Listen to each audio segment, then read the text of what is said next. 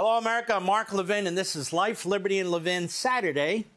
I'm sure glad you found us. Tell your friends and family. And you can always record us on the DVR. Ladies and gentlemen, there are many issues confronting this nation that are grave and dire to the people of this nation. But I want to focus on two. We have two great guests tonight, and I want to discuss it with them, too. Senator Ted Cruz and Congressman Byron Donalds. But before we get to them, you know the situation with immigration. I don't even know why we call it immigration anymore. It's not immigration.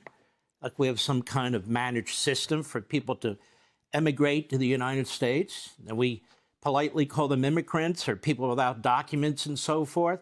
We have a full-fledged invasion going on as a result of the purposeful and intentional inaction of the Biden regime. It's intentional, what's going on that southern border. And what's going on? Death. Almost 800 people have died on that border. We have sex trafficking, and not just of grown women, of children. It's grotesque. We have fentanyl, other lethal drugs pouring into the country and killing up to 100,000 Americans every single year. We have murders. We have rapists coming across the border, people who've been deported 9 times, 11 times, 14 times back in the country. We have drug cartels that now have footholds in every single state of the union. Now, this is unsustainable. I understand that some Democrat mayors are now upset. Some Democrat governors are now upset. Where the hell have they been? You look at these border states. What's going on? Well, they've turned Arizona blue. They've turned Nevada blue. They've turned New Mexico blue. Some of these were at least competitive states. They're turning Georgia blue. They've turned Virginia purple towards blue. And their main goal is to take out Texas. Because as I've said before, once Texas goes blue, the nation goes blue, and there's no turning back, either under the popular vote or the Electoral College. This Democrat Party is all about power. It could care less about the inhumanity that's going on that border. Kamala Harris doesn't give a damn. This is partly her assignment. Well, look at her assignment. And then we have to hear from these Democrats like Gavin Newsom, one of the worst governors in the history of any state, tell us that she's qualified. She's been there. Nancy Pelosi, she's qualified, Kamala Harris. And if you dare to question her, ooh, you're either misogynist or a racist. Well, of course, that's the fallback position, if not the frontal position.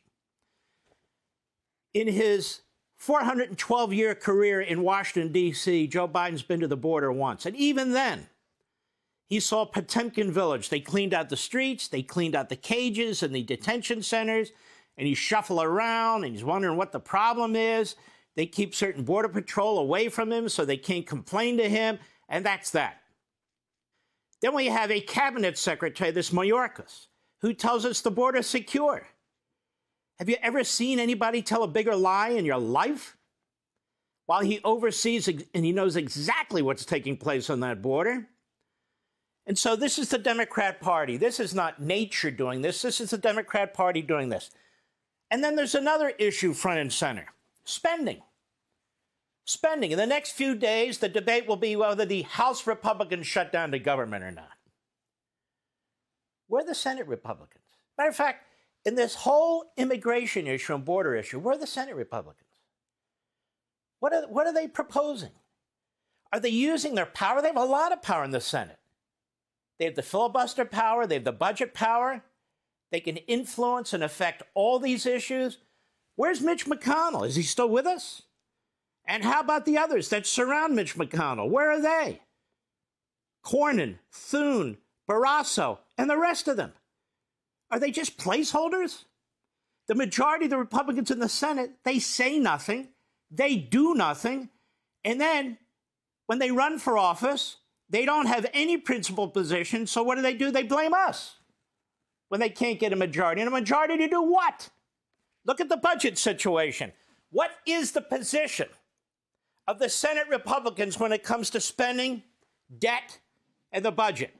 Their position is to support Schumer. And what is Schumer's position? Remember they cut a deal in May, the Republicans and Biden and the rest? Schumer has gone back on the deal. He's blown the caps, that is the spending limits, off the deal that was set. In fact, they want to spend an enormous amount of additional money. They don't want to secure the border. There's nothing in there to secure the border. They're undermining the United States military. I could go on and on with their budget priorities. Their budget priorities are to redistribute wealth and to keep pouring trillions of dollars into the fourth branch of government, their bureaucracy, their permanent government. Let me read you something about that out of my new book, The Democrat Party Hates America, and thank you who have acquired your copy or are acquiring your copies. In May 2023, the Government Accountability Office, the GAO, released a report titled The Nation's Fiscal Health, which received almost no attention. It said the federal government faces an unsustainable long-term fiscal future. At the end of fiscal year 2022, debt held by the public was about 97% of gross domestic product. Projections from the Office of Management and Budget and the Department of Treasury, the Congressional Budget Office, and the GAO, they all got together. All show that current fiscal policy is unsustainable over the long term. These are government bureaucrats responsible for watching the fiscal state of the country, some of which are attached to Congress, some of which are attached to the executive branch, one of which is independent, all saying the same thing. Debt held by the public is projected to grow at a faster pace than the size of the economy. Debt's getting big. We are being swallowed by the debt. We're in a debt spiral right now. That is the death knell of all nations, just like open borders and the destruction of citizenship and sovereignty. These are the two biggies, the death knell of a nation. The report finds that the fiscal year 2022 federal deficit was among the highest in American history, 2022. This occurred even though revenue growth has been strong and federal COVID-19 relief spending has declined from recent years. In addition, the cost of financing the debt increased from prior years because interest rates rose substantially in fiscal year 2022. In other words, a huge percentage of the budget is now going to paying interest on the accumulated debt. It's only going to get bigger. Rising debt relative to economic growth could increase borrowing costs for both the federal government and private borrowers and could slow economic growth. CBO has stated that high and rising federal debt as a share of the economy increases the risk of a fiscal crisis. The underlying conditions driving the unsustainable fiscal outlook pose serious economic, security, and social challenges if not addressed. This is the federal government talking to itself. So what is the position of the Republicans in the Senate on this issue? They're going along with Schumer. They don't have a single proposal to address this. Oh, we need a continuing resolution. To do what? Continuing resolution to do this. Now, what's interesting is that report looks back at 2022. The greatest deficit in American history, they said, in 2022. Well, guess what's happened in 2023? That deficit has doubled to $2 trillion. It's now the biggest deficit in American history this year, on top of the second biggest deficit in American history last year. Hey, Sean Hannity here. Hey, click here to subscribe to Fox News YouTube page and catch our hottest interviews and most compelling analysis. You will not get it anywhere else.